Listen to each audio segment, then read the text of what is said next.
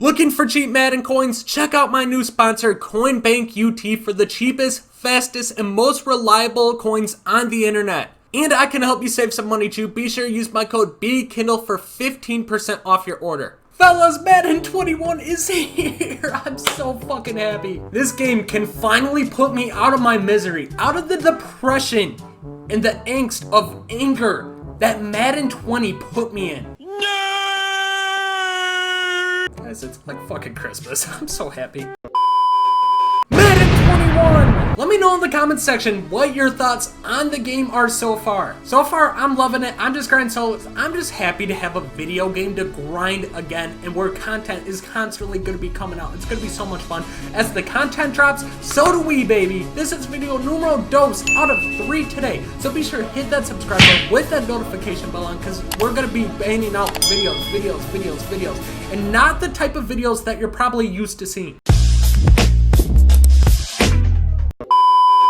But today, guys, there is so much new stuff that you can do in Madden 21 Ultimate Team. So me being the gentleman that I am, I'm going to walk you through, hold your hand, and I'm going to tell you guys what exactly you need to be doing right now with your 10-hour EA Access trial. So first things first of what you need to do, go into your mom's purse, take your credit card, come over here to the pack store, purchase points to buy packs, and there you have it, boys. The world is your freaking ocean. You have everything you need in order to succeed in Madden 21 Ultimate Team. Hopefully you guys enjoyed this video. Hopefully it helps you out. If you did, hit that like button, subscribe if you're new, and I'm out. Peace. I wanna be the very best. My jokes just get cringier and cringier every single video I do. But no. I'm telling you guys right now, it is definitely possible to not only get started, but have success on Madden if you devote the time without spending a dime on the game. That's why not only am I going to help you out, show you guys how I'm rocking with 230k right now, but at the same time, I'm also going to be starting a no money spent series sometime in the near future. So I'm excited for that. So first things first, all you got to do, you got to be committed. You got to come in, and with these 10 hours, I want to play the yard. I want to play any of that. I'd spend it in this challenges section and just start grinding out and busting out some of these solos. So a lot of people are going to start out and they're going to tell you that you guys should start with these NFL epics just because you get 4 85 overall cards in Larry Fitzgerald, Adrian Peterson, Ronnie Lott, and Jack Youngblood. I will go into it, but dude, these servers be bugging, bro. 2 seconds later. There we go, we're into it. You got 85 Larry Fitzgerald, 85 AP, 85 Ronnie Lott, and 85 Jack Youngblood. They're also very easy solos. You just got to sit there and play. You get see some of the cards you got. You got a lot of gold NAT cards right there, and then you'll get elite cards as well. 2 80 plus overalls for 400 stars. I just don't know if that's the best way to spend your 10 hours doing just for a few 80 pluses. Where I think you guys should start out and start grinding right now is these team affinities. These team affinities weren't out at the start of yesterday when the EA Access first came out. They came out later yesterday night, like 10 o'clock at night, and all of a sudden, you got so many more solos, guys, and these solos are just so much better. These solos are combined with team builders and the team diamonds right here, but let's take a look at the milestone that you get. 8 stars, you get a 70 plus gold core team fantasy pack. 16 stars, same thing. You get 2 at 32. You see here, you're getting a lot of 70 plus gold core team fantasy packs. A lot of people are probably going to be thinking, like, who gives a fuck? They're gold cards. They ain't shit. They ain't going for anything. Usually that's true, but at the start of Madden, and especially with this just coming out yesterday and being like 12 hours old, gold cards have inflated in price. They are so much more expensive than you think. If you have a gold card ranging from 77 to 79 overall, you need to be selling that shit right now. So let's take a look and just see how much some of my golds are going for. You see how I got a couple up. I've had a couple that have sold. Let's look at 79 overall Bradley whatchamacallit. Don't even know who he is. 6.5k right there for a gold card that will never see the light of day on my field. He will be vanished into the shadow realm. I would rather start a guy whose name is Harry, last name Cox, before I start Bradley Pinion. So I could get an easy 6.5K for somebody like this, and then we go over to Dion Lewis. I bet you it's going to be the exact same thing. 7.5K for Dion Lewis. But you see how much is adding up? That's already about 15K right there if these guys sell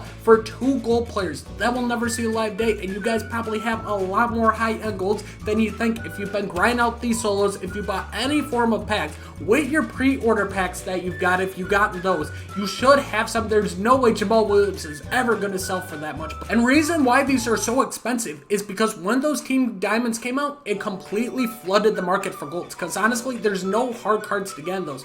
I think the best elites are like 86 overall in those. Like nothing crazy, nothing too expensive, nothing that's going to absolutely break your wallet. So to make those cards more expensive, these golds are going for a lot more. 3.5K for 76 overall. Reason being is because in that set, I think it's only 77 to 79 overall. So if you have any of those guys, sell them. I made probably over 100K just from selling my gold cards. That's very significant right there. If these 77 to 79 overall gold player cards are selling anywhere from 6K to hell, I've sold one for 15K earlier. Like the prices fluctuate, very different, but you're getting at least 6K for a 77 overall that you will never play. So you take a look at the milestones that you can get from this Team Affinity Team Builder Solos 70 plus Gold Core Team Fantasy Pack. So it's going to be a fantasy pack, and it can be anywhere from a 70 to 79 overall. Yes, you can get some cards that are going to be 76 to below, which odds are you're probably going to,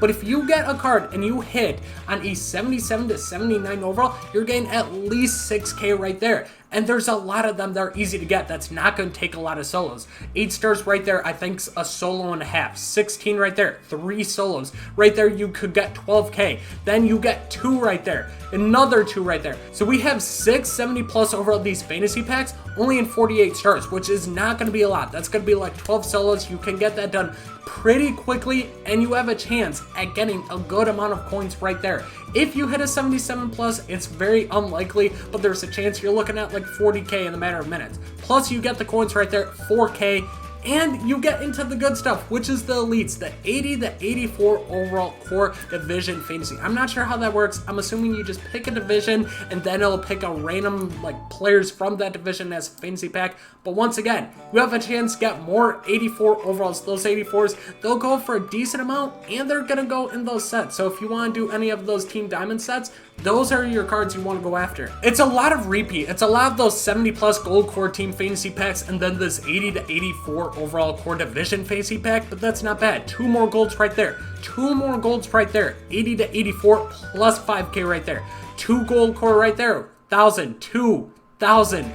80 to 84. 4,000. I promise you, you can make at least like 100 to 150K if you play all these solos for 240 stars. Yes, that's a lot of stars, but we're talking about the other solos. You would do 400 some of them for an 80 plus overall. This, you're guaranteed to get a decent amount of coins right there, and none of them say they are NAT anywhere on this pack that I see. So in my opinion, I think that's best place start. You're looking at about 100 to 150K possibly if you sell everything, and you'll be able to level up a lot faster, and you'll be able to reap some of those rewards. The next place I would start is you got to start building your team a little bit here, and that is where these NFL epics are going to be very good. If you play all these solos, once again, you'll get an 85 overall Fitz, an 85 overall EP, 85 overall Ronnie Lott, and 85 overall Jack Youngblood. You can get all 4 of these cards for free. You don't just have to pick one, you got all 4. And I'm actually a huge fan of this Adrian Peterson just because he's a very well balanced back with like 86 speed,